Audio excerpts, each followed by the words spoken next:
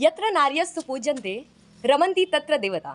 नमस्कार मंडळी, मी साक्षी जोशी. धर्मरक्षती ही रक्षता या विचारांनी प्रेरित असलेली इतिहास, मराठी भाषा, संस्कृती यावर नेहमीच नवीन नवीन विषय घेऊन येते. निस्वार्थ आणि निरपेक्ष चालत आलेली संस्कृती म्हणजे नारी संस्कृती. भारतीय संस्कृतीमध्ये स्त्री म्हणजे केवळ एक व्यक्ती नव्हे, तर ती जगत जननी आणि आदिशक्तीचे परमस्वरूप मानले जाते. कारण तिचे प्रत्येक कार्य हे फक्त तिच्यापुरती मर्यादित नसते, तर संपूर्ण कुटुंब आणि जगाला प्रगतिशील बनवते.